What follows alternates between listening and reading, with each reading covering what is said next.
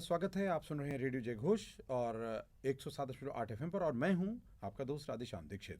और आज हम युवा मन में आपके मन की बात और युवा साथियों के दिल की बात करेंगे और समझेंगे कि अवसर कितने हैं युवा साथियों के सामने, और एक ऐसे मेहमान से आपको मिलवाएंगे जिसने इन अवसरों का सदुपयोग किया है और एक बड़ी बदलाव की दिशा में अपने कदम बढ़ा रहे हैं। और वो क्षेत्र है कृषि का क्षेत्र है, एग्रीटेक। और इसके ज़रिए वो क्या कुछ कर रहे हैं ये जानेंगे, समझेंगे और युवा मन के ज़रिए आपके मन तक पहुंचने की कोशिश करेंगे। तो आज जो हमारे बीच में मेहमान आए हैं ये उत्तर प्रदेश के रायबरेली से ताल्लुक़ रखते हैं। ग्रामीण क्षेत्र में पले बढ़े, वहीं से शिक्षा प्राप्त की, फिर इन्होंने इंजीनियरिंग में, ऑटोमेशन इंजीनियरिंग में पढ़ाई की, और साथ में इनको समझ में आया कि किसान साथियों की मुश्किलें बहुत ज़्यादा हैं। उन मुश्किलों को हल करने के लिए किसी किसान के बेटे को कदम बढ़ाना पड़ेगा, और इन्होंने जब कदम बढ़ाया है वो अब देश तक पहुंच चुका है और देश के प्रमुख स्टार्टअप में इन्होंने स्थान हासिल कर लिया है। तो साथियों, युवा मन में हमारे साथ जो मेहमान हैं अविनाश कुमार शुक्ला जी हैं। रायबरेली ज़िले से आपका ताल्लुक़ है और अब आप जो स्टार्टअप का जो एक इकोसिस्टम है उसमें आप हिस्सा बन चुके हैं। और कौन सी संस्था? पूषा कृषि, IARI और ICR, ये टर्म बड़े बड़े हैं। थोड़ा बताइए हमारे साथियों को कि आप क्या है, आपका इनिशिएटिव क्या है, ये आपके मन में कैसे आया और अभी आपको क्या उपलब्धि हासिल हुई? जी, बहुत बहुत धन्यवाद राधेश्याम जी कि आपने हमें इस मंच पे बुलाया। तो आपने जैसे कि अभी हमसे क्वेश्चन किया कि आपके मन में ये कैसे आया, एक ये स्टार्टअप कैसे, और ये पूषा कृषि, ICAR, IARI, ये कैसे, यहाँ तक आप कैसे पहुँचे, ये है क्या और इसकी जर्नी कैसे रही। तो सबसे पहले, चूँकि जैसे कि आपने अभी हमारे परिचय में बताया कि मैं एक गाँव का बेटा हूँ, एक किसान का बेटा हूँ और वहीं पला बढ़ा हूँ, तो गांव से मेरा बहुत नज़दीकी ताल्लुकात रहा है। मैंने गांव की समस्याओं को बहुत नज़दीकी से देखा है। खेती बाड़ी में जो समस्याएं हैं मैंने उसको बहुत नज़दीकी से देखा है। क्योंकि गांव में हमारा पालन पोषण हुआ, उसके बाद हम शहर में भी रहे हैं। जब हम बड़े शहरों में देखें तो वहाँ पे सब बहुत शाइनिंग दिखता है, लेकिन गांव में एक्चुअल रियलिटी दिखता है। गांव में, शहर में एग्रीकल्चर बहुत है, प्रॉफिटेबल बिजनेस दिखता है, लेकिन गांव में एग्रीकल्चर बहुत ही लॉस का धंधा दिखता है। हमारे पूर्वज हमने बोलते, बेटा शहर जाओ, वहाँ पर आप जॉब करो, किसी अच्छी कंपनी में, खेती बाड़ी से कुछ नहीं होने वाला है। तो ये काफ़ी नज़दीकी से हमने समझा। जब देखा कि एक्चुअल समस्या किसान की क्या है, बहुत अच्छे अच्छे स्कीम हैं, बहुत अच्छी अच्छी गवर्नमेंट की संस्थान हैं, बहुत अच्छे अच्छे प्राइवेट ऑर्गेनाइजेशन हैं, रिसर्च सेंटर हैं, बहुत अच्छे अच्छे साइंटिस्ट अलग अलग चीज़ों पे किए हुए। बहुत हमारा देश एग्रीकल्चर सेक्टर में बहुत आगे बढ़ चुका है, लेकिन ग्रामीण क्षेत्र में उतना ही ज़्यादा पिछड़ा हुआ है। कारण क्या है कि प्रॉपर कनेक्टिविटी ना हो पाना, ये एक बहुत बड़ी समस्या है। तकनीकी पहुंच का, किसान तक पहुंचना, बिल्कुल, नए जो आविष्कार हैं उनका पहुंचना, किसान नए तरीके से खेती कैसे करे, जो अगर वो प्रोड्यूस तैयार कर रहा है तो उसको बाजारीकरण कैसे मिलेगा, ये एक बहुत बड़ा चैलेंज है। उसके फसल में अगर कोई रोग लग जाता है, हमारे यहाँ कृषि विज्ञान केंद्र है, लेकिन हर एक किसान का अप्रोच कृषि विज्ञान केंद्र तक नहीं हो पाता है। अब इसका आप दो कारण मानिए, उनका अप्रोच नहीं हो पाता या उनके पास अवेयरनेस नहीं है। अब अवेयरनेस नहीं तो उन्हें कैसे दिया जाए, या फिर एक ऐसा कोई इकोसिस्टम नहीं है। तो सही टाइम पे सही चीज़ सही लोग तक ना पहुंच पाना, ये एक बहुत बड़ी समस्या है, जिसकी वजह से अभी हमारा जो रूरल सेक्टर है वो पूरी तरीके से डेवलप नहीं हुआ है। ग्रामीण भारत जो है वो बड़ी अपेक्षाएं रखता है, क्योंकि देश विकासशील से विकसित दिशा में होने की दिशा में आगे बढ़ रहा है, और उसमें उन्हें हम कदम होना है, उनको हिस्सेदार होना है, भागीदार होना है। और ये काम इस तरह की युवा साथी बहुत बेहतर ढंग से कर रहे हैं, क्योंकि हम देखते हैं कि स्टार्टअप की दुनिया में जो नए नए इनोवेशन हैं, आइडियाज़ हैं, बहुत तरह के ऐसे सॉफ्टवेयर्स हैं, प्लेटफॉर्म्स हैं, ऐप हैं, उनको लेकर आ रहे हैं, ताकि जो भी प्रॉब्लम्स हैं उनका सलूशन तकनीक का सदुपयोग करते हुए सरलता से हर घर तक, हर व्यक्ति तक पहुंच सके। बिल्कुल सर। तो ये आपने ऑटोमेशन इंजीनियरिंग की जी, तो ऑटोमेशन इंजीनियर में मैकेनिकल एंड ऑटोमेशन इंजीनियरिंग, अच्छा, दोनों का। और आप ज़्यादातर ऐसे बच्चे जो है ऑटोमोबाइल की तरफ जाते हैं या बड़ी बड़ी मशीनों की तरफ जाते हैं या इंफ्रास्ट्रक्चर से रिलेटेड इश्यूज़ में जाते हैं, आप कहाँ उल्टा कृषि में चले गए? सर देखिए, जो मैकेनिकल एंड ऑटोमेशन जो इंडस्ट्री है, ये कोर एक मतलब सब्जेक्ट आपके नॉलेज को रिप्रेजेंट करता है। पहली चीज़ ये एक स्किल है, ना कि सिर्फ मैकेनिकल का मतलब आप सिर्फ गाड़ी और ऑटोमेशन ही करिए। हम एग्रीकल्चर के लिए इक्विपमेंट बना सकते हैं, हम उनके लिए सिस्टम डिजाइन कर सकते हैं। एक्चुअल में आप इंजीनियरिंग उन सेक्टर पर यूज़ करिए जहाँ पे एक्चुअल में उसकी रिक्वायरमेंट है। आज के टाइम में आप देख रहे होंगे ज़्यादातर इंजीनियरिंग पढ़ाई करने के बाद बच्चे नौकरी के लिए या फिर गवर्नमेंट तैयारी कर रहे होंगे, ऐसे घूम रहे होंगे, उन्होंने अलग चीज़ की पढ़ाई की और अलग सेक्टर में घूम रहे हैं। एक्चुअल में इंजीनियरिंग सिर्फ एक कोर सेक्टर के लिए नहीं होता है, जो स्किल होता है उसको मल्टीपल सेक्टर में हम यूज़ कर सकते हैं अपने उस स्किल को। इंजीनियरिंग एक स्किल है, ठीक है। हमें उसमें ये सिखाया जाता है कि इस सेक्टर इसका कहाँ कहाँ पे और किस किस तरीके से आप यूज़ कर सकते हैं। अगर आपने सही तरीके से इंजीनियरिंग किया, मैंने मैकेनिकल एंड ऑटोमेशन इंजीनियरिंग की। आज के समय में आप देखें तो एग्रीकल्चर ज़्यादातर मैकेनाइज हो चुका है, मशीनों के द्वारा एग्रीकल्चर ज़्यादा मशीनों पर डिपेंड हो चुका है। वो चाहे कल्टीवेटर हो, रोटावेटर हो, थ्रेशरिंग का हो, अब तो सीड ड्रिल हो, या धान काटने से लेकर के उसको पैकेज प्रोसेस बेचने तक सब मैकेनाइज है, बिना मशीन के संभव नहीं है। और इसीलिए आपकी दैनिक जो रोज़मर्रा की चीज़ें हैं वो आपके घर में आती हैं, उनमें बहुत खूबसूरत पैकिंग होती है, उसकी प्रोसेसिंग होती है, उसमें बहुत तरह का उसकी शेल्फ लाइफ बढ़ा दी गई, और साथ में आपके यहाँ पहुँचने तक एक पूरी प्रक्रिया है। यानी कृषि के क्षेत्र में असीमित अवसर हैं, बहुत ज़्यादा, लेकिन इसका ज़्यादातर लाभ जो दुनिया का दूसरा हिस्सा है, यानी जो कृषि का मूल काम करने वाले हैं उनको कम मिलता है, उनको नहीं मिल पाता। कारण है सर अवेयरनेस, उसके बारे में पूरी तरह एक दिशा और एक डायरेक्शन होना चाहिए, जो उनको कहीं ना कहीं कमी हो। जो मतलब चीज़ें है कि एक्चुअली किसी भी चीज़ को देखने का नज़रिया किसका कैसा है, ये बहुत मैटर करता है। ये आपने बहुत महत्वपूर्ण बात की, और आपने उस नज़रिए के जरिए इस एग्रीटेक प्लेटफॉर्म को बनाया। बिल्कुल।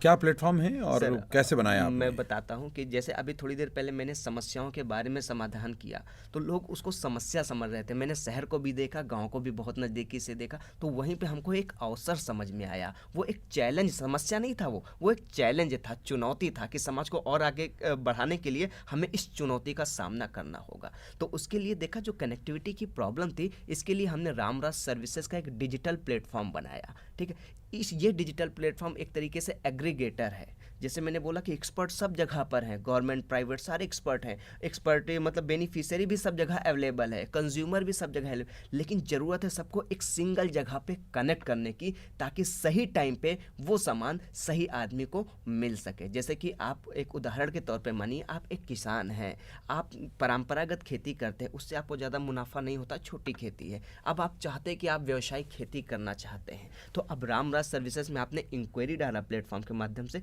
तो हम आपको व्यावसायिक खेती का प्रशिक्षण देंगे। उसके लिए जो भी खाद बीज यानी एग्री इनपुट की जो रिक्वायरमेंट होगा वो आपके एरिया में मिलेगा, उसके लिए आपको भटकना नहीं है। सेकेंडरी, जब आपका वो प्रोड्यूस तैयार हो जाता है तो आप हमारे ही प्लेटफॉर्म के माध्यम से डायरेक्टली आपको वो मार्केट आपको डायरेक्टली मिल जाएगा। तो यानी आपको ना एग्री इनपुट के लिए ना ट्रेनिंग के लिए, उस जो आप कमर्शियल खेती करने जा रहे हैं उसमें सरकार की कौन कौन सी योजनाएं हैं उसकी भी पूरी जानकारी हमारे माध्यम से आपको आपके क्षेत्र में यानी आपके गांव में ही आपको उपलब्ध हो जाएगा। इस प्लेटफॉर्म के माध्यम से ये चीज़ें होगा। अच्छा, ये चीज़ करने के लिए देखिए, क्योंकि अब कोई साइंटिस्ट कहीं बाहर बैठा हुआ है, वो उठ करके सर्विस एक गांव तक तो आएगा नहीं। अब वहाँ से यहाँ तक लाने के लिए हम क्या कर रहे हैं, अलग अलग ग्राम पंचायत का एक मॉडल बना रहे हैं, वहाँ के लोगों को प्रशिक्षण कर रहे हैं, प्रशिक्षित कर रहे हैं, और उन्हीं के माध्यम से वहाँ के किसानों को सर्विस दे रहे हैं। यानी कि हम प्रोडक्ट और सर्विस तो सही टाइम पे पहुँचा रहे हैं, साथ में लोगों को स्किल दे करके एम्प्लॉयमेंट और सेल्फ एम्प्लॉयमेंट का भी काम कर रहे हैं। ये सुनने में तो बड़ा खूबसूरत लग रहा है मॉडल, लेकिन इसकी चुनौतियाँ बहुत हैं,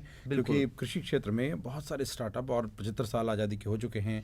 भारत सरकार ने भारतीय कृषि अनुसंधान परिषद जो ICR है, उसी की एक इकाई है IARI, और ये सारी इकाइयों ने बहुत सारे प्रयास किए, बहुत सारी स्कीम्स हैं पूरे देश में। 700 से 750 के करीब बिल्कुल जो केवी के कृषि विज्ञान केंद्र हैं, उनके जरिए एग्रीकल्चर एक्सटेंशन किया जाता है। 750 केवी के पूरा एक्सटेंशन किया जाता है। उसके बाद राज्य सरकार या भारत सरकार के जो कृषि विश्वविद्यालय हैं या उससे संबंधित और सारे अनुसंधान इकाइयाँ हैं ICR की, वो पूरे देश में फैली हुई हैं। बावजूद उसके जो किसान है उसको, और बहुत सारी कंपनीज ने भी बहुत से ऐप बनाए, सर, लेकिन अभी सुविधाएं नहीं पहुंच पाई, तो बाधाएं बहुत हैं। 256 से ज्यादा ICAR IRI के ऐप हैं और अच्छा। हर एक चीज के अलग अलग एक्सपर्ट ऐप हैं। अब सोचिए, एक किसान एक मोबाइल, उसमें कितने ऐप, उनको जानकारी ही नहीं उन ऐपों की बहुत अच्छा लोगों को। अविनाश, ये हम समझना चाहते हैं कि जब इतना कुछ है जी और जी फिर ये परिणाम नहीं आया, जी जी आप एक ऐप बनाकर जी आप जी कैसे पूरे गांवों को, पूरे कंज्यूमर्स को और पूरे तंत्र को, मैन्युफैक्चरर को, सबको कैसे जोड़ सकते हैं? कैसे कनेक्ट करेंगे? बिल्कुल सर, ये समझने वाली बात है। जैसे कि आप डायरेक्टली कोई प्लेटफॉर्म आप बना देंगे, क्योंकि आपको सबसे पहले कंज्यूमर के बिहेवियर को समझना होगा कि अगर आप टेक्नोलॉजी कहाँ पे इंट्रोड्यूस करने हैं, ग्रामीण क्षेत्र में, क्या ग्रामीण जो हमारे दादा उतने क्या यूज़र फ्रेंडली, मोबाइल फ्रेंडली हैं या नहीं है, और किस समय पे कौन सी टेक्नोलॉजी कहाँ पे हिट कर रही है। ये दोनों चीज़ें, समय और वहाँ की रिक्वायरमेंट, ये दोनों मैटर करता है किसी भी टेक्नोलॉजी या किसी भी बिजनेस को सक्सेस करने के लिए। तो आज के समय में चूंकि हर एक घर में डिजिटल मोबाइल हो चुका है, एंड्रॉयड फ़ोन हो चुके हैं। दूसरी चीज़ें, हर घर में एक जनरेशन जो ना गैपिंग है, अब वो जनरेशन चेंज हो रहा है इस समय। हर एक बच्चा सुबह उठता है तो सबसे पहले मोबाइल, व्हाट्सएप मतलब चीज़ें खुलता है। तो लोग इतना ज़्यादा यूज़र फ्रेंडली हो चुके। इसका मतलब ये कि अब लोग मोबाइल से सामान खरीदना, ऑर्डर करना पसंद करते हैं। दूसरी चीज़ें, एक फिजिटली, रामराज फिजिटली चैनल को सपोर्ट करता है, प्योर डिजिटली नहीं। हाँ, एक समय आएगा कि रामराज कंप्लीटली डिजिटली सिस्टम को करेगा। अभी इंडिया में ग्रामीण क्षेत्र में आप डिजिटली अगर आप करेंगे तो फिर से आपको फेलियर झेलना पड़ेगा आने वाले 10 सालों तक के लिए। ये बहुत महत्वपूर्ण है कि ग्रामीण क्षेत्रों में तकनीक तो पहुंची है, लेकिन तकनीक का दैनिक जीवन की आवश्यकताओं में उपयोग कम अभी हुआ है, तो इसलिए अभी ये रामराज के सामने भी चुनौती है, लेकिन हमने इस चुनौती को सॉल्व करने के लिए हमने फिजिटल टेक्नोलॉजी यूज किया है। चूंकि ये युवा मन है और इसमें युवा साथियों के लिए समाधान क्या है, रास्ते क्या हैं, और अपनी जगह पर ऐसे युवा साथी क्या क्या कदम उठा सकते हैं, वो भी इस तरह की कैसे कोशिश कर सकते हैं, आपके माध्यम से हम जानना चाहेंगे और उन तक ये बात पहुंचाना चाहेंगे कि वो चाहे स्टार्टअप में हो, चाहे इनोवेशन में हो, चाहे छोटी छोटी समस्याओं के समाधान के लिए किसी मशीन के निर्माण का काम हो इनोवेटिव तरीके से, उसमें भी इनोवेशन के क्षेत्र में भी सरकार बहुत मदद कर रही है। तो हम ये चाहते हैं कि आप थोड़ा बताएंगे, लेकिन एक छोटा सा अंतराल, उस अंतराल के बाद हम इनकी उपलब्धियां और भी जानेंगे, और साथ में इनके ज़रिए हम तमाम युवा साथी जो ग्रामीण क्षेत्रों से ताल्लुक़ रखते हैं, जिनका बैकग्राउंड वो है, जिनको लगता है कि वो एक समाधान का हिस्सा बन सकते हैं, उनके लिए कुछ टूल्स, कुछ टेक्निक और कुछ कनेक्टिविटी और सरकार के मंच, उन सब की जानकारी हम जोड़ने की कोशिश करेंगे। लेते हैं रेडियो जय घोष पर एक अल्प विराम, लौटते हैं, आगे बढ़ाते हैं जो युवा मन का ये विचार है, इसको आगे।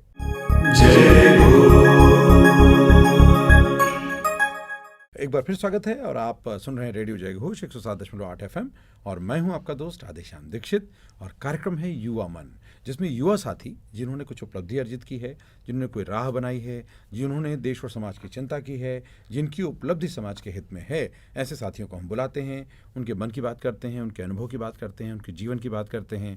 उसमें से एक राह जो हमारे तमाम दर्शक और श्रोता हैं उन तक पहुँच सके, ये निकालने की कोशिश करते हैं। अविनाश जी, आपने एक प्लेटफॉर्म बनाया, बिल्कुल आप उस दिशा में काम करने से ग्रामीण क्षेत्रों में सहूलियत बढ़ सकती है। जी, बिल्कुल। इसमें सरकार का योगदान, जी सरकारी इनिशिएटिव्स का योगदान, या अभी आप बता रहे थे कि स्टार्टअप में आप सेलेक्ट हो गए हैं, क्या उपलब्धियां आपको मिली हैं? तो ये समस्या से जब हमने ये प्रोडक्ट डिजाइन किया, तो उसके बाद हमने एक अपनी कंपनी बनाई, रामराज सर्विसेज प्राइवेट लिमिटेड। इसके माध्यम से हमने अपना जो विजन था, पूषा कृषि का एक राइस करके प्रोग्राम होता है, पूषा कृषि ICR, सबसे पहले जानना होगा कि पूषा एक स्थान है ना। वहाँ पे एग्रीकल्चर के अलग अलग रिसर्च इंस्टीट्यूट हैं। ICAR का मतलब है Indian council of agriculture research, भारतीय कृषि अनुसंधान परिषद, एग्जैक्टली, जो पूरे देश की कृषि का नियंत्रण है। IAR Indian agriculture research institute है ना। तो पूषा पर ही ये सारे इंस्टीट्यूट हैं। उन्होंने एक प्रोग्राम ऑर्गेनाइज किया एग्रीकल्चर के लिए, नए नए जो लोग किस तरीके से इसमें बदलाव सुधार कर सकते। इतना गवर्नमेंट के इनिशिएटिव लेने के बावजूद भी वो उतना इम्पैक्ट नहीं क्रिएट हो रहा है, तो उसके लिए और लोगों के चलो देखते हैं कि क्या है। तो हमने अभी अपना आइडिया वहाँ पे सबमिट किया था। लगभग 232 कंपनियों ने और अप्लाई किया पूरे था देश भर से। पूरे देश भर से, जिसमें कि रामराज टॉप सिर्फ 11 कंपनियों को उन्होंने सेलेक्ट किया, जिसमें कि एक Ramraj services 11 startup ideas 11 startup idea को सेलेक्ट किया गया, जिसमें कि एक रामराज सर्विसेज था। और उन्होंने हमें सेलेक्ट किया और उनका प्राइमरी एक ग्रांट एड रहता है। वो वहाँ के जितने भी साइंटिस्ट हैं वो हमको इस समय ट्रेनिंग भी दे रहे हैं, वो हमारे एज ए मेंटोर भी हैं कि ये चुनौतियाँ हैं, इसको आपके प्लेटफॉर्म जो हमने डिज़ाइन किया है उसके माध्यम से वो सारे इन्फॉर्मेशन ग्राउंड तक कैसे पहुँचाया जाए, वो कौन कौन सी चीज़ें हैं एग्रीकल्चर, वो चुनौतियाँ हमें बता रहे हैं और उसका सोल्यूशन हमें दे रहे हैं। और हमारे प्लेटफॉर्म के माध्यम से हमसे ये उम्मीद है कि हम उसे गाँव तक पहुँचा दें। ये बहुत महत्वपूर्ण बात की है उन्होंने, क्योंकि ये स्टार्टअप इंडिया इनिशिएटिव जो है, जो पूरी दुनिया में हम मैन्युफैक्चरिंग के सेक्टर में या सर्विसेज के सेक्टर में या तकनीक के क्षेत्र में बढ़ा सकते हैं अपनी शक्ति, अपनी भागीदारी, उस दिशा में जो भारत सरकार का इनिशिएटिव है, स्टार्टअप इंडिया का, राज्य सरकारों का इनिशिएटिव है, ये उसके तहत इनको चयनित किया गया, इनको अवसर मिला। लेकिन एक तथ्य ये भी है कि पीएमजी की रिपोर्ट कहती है कि भारत में स्टार्टअप की दुनिया में आने वाले जो युवा साथी हैं वो बहुत बड़ी तादाद में हैं, लेकिन सफलता की दर बहुत कम है, क्योंकि इसमें चुनौतियां तमाम आती हैं और हमारी तैयारी उतनी नहीं होती। इसलिए या तो हम असफल हो जाते हैं, या तो वो उसकी कुछ ऐसी कड़ियां होती जो जुड़ नहीं पाती, तो मंजिल पर नहीं पहुंच पाते, या कोई ऐसे तकनीकी समस्याएं आती हैं जो सरकार के स्तर पर समाधान होनी चाहिए, कभी नहीं हो पाती। इसके लिए सरकार की तरफ से इन सबको जोड़ने, इन सबको आगे बढ़ाने की कोशिश हुई है और उस कड़ी का लाभ ऐसे युवाओं को मिल भी रहा है। आगे क्या आपको पूषा कृषि से मिलने वाला है? जी, पूषा कृषि से हमें सबसे पहले तो वहाँ के जो साइंटिस्ट हैं उनका सपोर्ट और उनका मार्गदर्शन मिलने वाला है कि जो नए टेक्नोलॉजी एग्रीकल्चर को किस तरीके से यूज़ करके उसको कैसे आगे बढ़ाया जाए, और वो सारी इन्फॉर्मेशन हम ग्राउंड तक पहुँचाने वाले हैं। दूसरा, चूँकि एक बहुत इम्पॉर्टेंट रोल होता है कि किसी भी सिस्टम को चलाने के लिए कहीं ना कहीं कैपिटल उसमें बहुत अहम रोल रखता है। बिना फाइनेंस के कुछ चल नहीं सकता है, क्योंकि हम बिना पेट्रोल के गाड़ी हमारी घर से यहाँ तक भी नहीं आ सकती थी।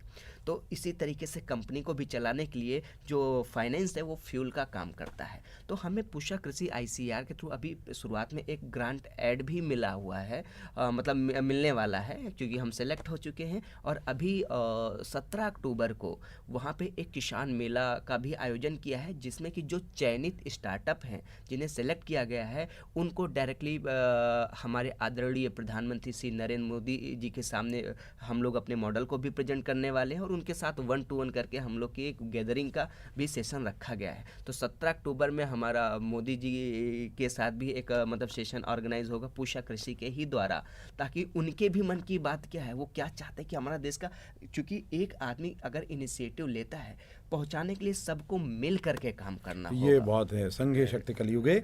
आधुनिक समय में चुनौतियों के समाधान के लिए सबको मिलना होगा, सबको एकजुट होना पड़ेगा। आप चूंकि यात्रा खुद करके आ रहे हैं, तो बाकी युवा साथियों को क्या आप सलाह देना चाहते हैं, या क्या अपने अनुभव की बात बताना चाहते हैं कि अगर इस दिशा में कोई आना चाहता है तो क्या कदम बढ़ाए, क्या क्या करे स्टेप बाय स्टेप, और अभी इंफ्रास्ट्रक्चर कितना तैयार है, कितना वो मदद दे पा रहा है? देखिए बताएं हमारे साथियों को। सर, दो चीज़ें कि सबसे पहले अगर हम कोई दो तरीके से मन जो है एक स्टार्टअप करने के बारे में सोचता है। एक तो वो सोचता है कि हम बस कुछ शुरू करेंगे और तुरंत हमारे पास पैसे का ढेर लग जाएगा। ऐसा बिल्कुल नहीं होता। ये सुनने में अच्छा लगता ज़रूर है, लेकिन ऐसा है नहीं। कैसा है ना? एक्चुअल में जब आप किसी भी काम को जब शुरू करते हैं तो उसमें हर एक कदम पे एक नई चुनौती खड़ी रहती, समस्या नहीं, चुनौती। और उस चुनौती को आपको पार करना होता है। सबसे पहले आपको मानसिक रूप से अपने आप को प्रिपेयर करना है कि आप ऑब्जेक्टिव अपने वर्क और स्किल और कोर को फोकस करेंगे, पैसे को नहीं। क्योंकि जब आप पैसे की को टोटली अगर जब फोकस करना शुरू करते हैं तो आप फिर देखते हैं तुरंत निराश होते हो, तुरंत काम बदलने लगते हैं, है ना? उस जगह पे आपका फेलियर 1% नहीं 100% से हो रहा है कि आपको फेल होना है। लेकिन जो लोग अपने कोर वर्क को, उनको विजन अपना क्लियर होता है, उनको पता है कहाँ पर जाना है, वो छोटे छोटे चीज़ों से खुश नहीं होते ना, छोटे छोटे परेशानियों से अपना रास्ता छोड़ देते हैं। उन अपने विजन के सतह मतलब कहते हैं विजन एकदम क्लियर है तो स्टेप स्टेप बढ़ाते आगे चले जाते हैं, वो लोग 100% सफलता पाते हैं। हमें भी बहुत उतार चढ़ाव देखने को मिले। 2016 को से हमने अपनी कंपनी स्टार्ट किया, उसके पहले पहले भी हमने कुछ नए प्रोजेक्ट किए थे जो भारत सरकार ने भी सिलेक्ट किया, और कुछ प्रोजेक्ट हमने इंटरनेशनली भी प्रेजेंट किया। कुछ प्रोजेक्ट में हमें बहुत अपार सफलता भी मिली, और कुछ प्रोजेक्ट में हमने बहुत हमें मतलब बहुत निराशा भी मिली हुई। उसके बावजूद भी रामराज को फिर से हमने इनिशिएट किया, ये प्लेटफॉर्म मतलब को लेकर के आगे कंटिन्यू लेकर के आए। आज के समय में, आने वाले समय में ये एक ऐसा प्लेटफॉर्म होगा जो रोजगार एवं स्वरोजगार के बहुत सारे मतलब अपॉर्चुनिटीज़ क्रिएट करने वाला है। जो लोग रोजगार के बारे में सोच रहे हैं, स्वरोजगार के बारे में सोच रहे हैं, रामराज प्लेटफॉर्म के माध्यम से वो अपने नए रोजगार स्वरोजगार शुरू कर सकते हैं। और दूसरी चीज़ है कि जो स्टार्टअप करने के बारे में सोच रहे हैं, उनसे मेरा एक रिक्वेस्ट है, आपके पास एक जेन्युइन समस्या हो और उस समस्या का आपके पास बहुत अच्छा समाधान हो, तभी आप मार्केट में टिक पाएंगे और सस्टेन कर पाएंगे। दूसरी, अच्छी समस्या, अच्छा समाधान। दूसरा, आपके अंदर आत्मबल हो, और स्टेप बाय स्टेप जब चलेंगे तो ऑटोमेटिक आपको फिर धीरे धीरे सपोर्ट मिलता है। आप पहले दिन से सोचे कि सब हमें हेल्प कर दे, ऐसा नहीं। पहले आपको अपने आप को घिसना पड़ता है, अपने आप को रगड़ना पड़ता है, उसके बाद आप में चमक आती है। धीरे धीरे फिर आप में जब चमक आती है तो धीरे धीरे खुद ही मतलब जौहरी जिस तरीके से तराशता है, सोने को पीसता है, उसके बाद फिर उसकी कीमत किसी पे रखता है तो उसके खरीदार ऑटोमेटिक आने लगते हैं। जब आप संघर्ष करते हैं, संघर्ष करके जब आप में चमक आने लगती है तो ऑटोमेटिक आपके पास बहुत सारे इन्वेस्टर आएंगे, बहुत सारे इंक्यूबेशन सेंटर आएंगे, बहुत सारे गवर्नमेंट स्कीम के लिए आप एलिजिबल हो जाएंगे। फिर आपको चूज करना है कि आपको किसके साथ और कैसे जाना है। फिर आपके पास धीरे धीरे करके आप सफलता आपके कदम चूमेगी। सफलता आपके कदम चूमेगी, और ये तब होगा जब आपकी राह में एक लाइन यहाँ पे बोलूंगा, बिल्कुल, कदम निरंतर चलते जिनके, जीवन अविराम है, विजय सुनिश्चित होती उनकी, घोषित यह परिणाम है। तो यही कहना है कि बस चलते रहना है, रुकना नहीं। चरैवेति राह की बाधाएं आपको मजबूत कर सकती हैं यदि आपने उनको अवसर माना, और आपको हताश कर सकती हैं यदि आपने रुकावट माना जी। आप उन चुनौतियों से मुकाबिल हों, मिलकर काम करें। मैं जब भी चैलेंज चुनौती आती है तो मेरे मन में एक दो कुछ लाइनें गुनगुना मतलब आती हैं जो कि हमें पर्सनली खुद में मोटिवेट करती हैं। जरूर सुनाएं। ठीक है, कहते हैं, आंधी चाहे तूफान मिले, चाहे जितना व्यवधान मिले, बढ़ना ही अपना काम, बढ़ना ही अपना काम। हम नई चेतना की धारा, हम अंधियारे में उजियारा, हम उस बयार के झोंके हैं जो हर ले सबका दुख सारा। पथ पर अंगार जले तो क्या, फिर क्या बदरी क्या घाम है, बढ़ना ही अपना काम है, बढ़ना ही अपना काम है। हम अनुगामी इन पावों के, आदर्श लिए जो खड़े रहें, बाधाएं जिन्हें डिगा न सकी, जो संघर्षों पर अड़े रहे। सर पर मंडराता काल रहे, करवट लेता भूचाल रहे, पर अमिट हमारा नाम है, बढ़ना ही अपना काम है, बढ़ना ही अपना काम है। अच्छा, बहुत सुंदर, बहुत सुंदर। ये युवा साथियों के लिए बहुत प्रेरणादायक और आवश्यक गीत है, जीवन के लिए ज़रूरी है और पहल करने के लिए ज़रूरी है, क्योंकि पहल होगी तो आप आगे बढ़ेंगे, आगे बढ़ेंगे तभी कोई रुकावट आएगी, रुकावट होगी तभी आप समाधान खोजेंगे, और समाधान मिल जाएगा तो रुकावटें छोटी लगने लगेंगी, और आप अपने आप में हौसले से भरे होंगे, उम्मीदों से भरे होंगे, आप हिम्मत से भरे होंगे, ताकत से भरे होंगे, धीरज भी आ जाएगा, दृढ़ निश्चय भी आ जाएगा, निरंतरता भी रहेगी, और आप सफलता की मंजिल पर पहुंचेंगे। अभी देश का स्टार्टअप जो स्ट्रक्चर है उसमें 90 से 95% तकरीबन 3 साल में असफल होते हैं स्टार्टअप। क्या क्या कारण आपको नज़र आते हैं स्टार्टअप के असफल होने का? सर क्योंकि आप उसका हिस्सा हैं। बिल्कुल बिल्कुल सर, देखिए, जब कोई स्टार्टअप शुरू किया जाता है तो सबसे पहले हम बहुत मोटिवेट होते हैं। जब आइडिया आता है तो रात भर बेड पे मतलब नींद नहीं आती, आप मतलब जगते रहते हो, नींद आपकी गायब हो जाती है। लेकिन जब ग्राउंड पे काम करने लगते तो धीरे धीरे चैलेंजेस आते हैं, तनाव आता है, फिर भी नींद गायब हो जाती है ना। बिल्कुल बिल्कुल, उसके बाद फिर चैलेंजेस आते हैं। अच्छा, हम जब कल्पना करते हैं स्टार्टअप के बारे में सोचते हैं तो हम बहुत सारे ऐसे चुनौतियां जो हमारे सामने हैं वो प्रत्यक्ष दिखाई नहीं देती हैं, लेकिन जब हम चलना शुरू करते हैं तो वो चुनौतियां हमारे सामने आती हैं। फिर हमें ये उस समय हमें ये अनुभूत होता है कि क्या यार हमने सही सोचा है या गलत सोचा है। तो स्टार्टअप का चुनाव सबसे पहला, कि आप किस चीज़ का चुनाव कर रहे हैं, क्या जो करने जा रहे हैं वो एक्चुअल में प्रॉब्लम आइडेंटिफाई कर रहा है, उसका आप सोल्यूशन दे रहे हो। अगर सही प्रॉब्लम को आप सॉल्व नहीं कर रहे हो तब तो आपका रुकने के चांसेस हो जाएगा। फिर आपका कोई इन्वेस्टर भी नहीं मोटिवेट करे, क्योंकि आपकी मार्केट मतलब स्केलेबिलिटी कैसी है ना, मतलब मार्केट में डिमांड जो आप सोच रहे हो उसका कितना ज़्यादा डिमांड, इन सब चीज़ों को ध्यान में रखते हुए अगर आपने कोई ऐसा समस्या मतलब जेन्युइन समस्या नहीं है, आपके बहुत सारे कंपटीटर है, आप कुछ अलग नहीं कर पा रहे हो, है ना, आपके अंदर स्केल करने की क्षमता, टेक्नोलॉजी नहीं है, आपका विजन एकदम क्लियर नहीं है, बस आपके पास एक आइडिया है हमें कुछ करना है, तो डेफिनेटली आपको फेल होना है।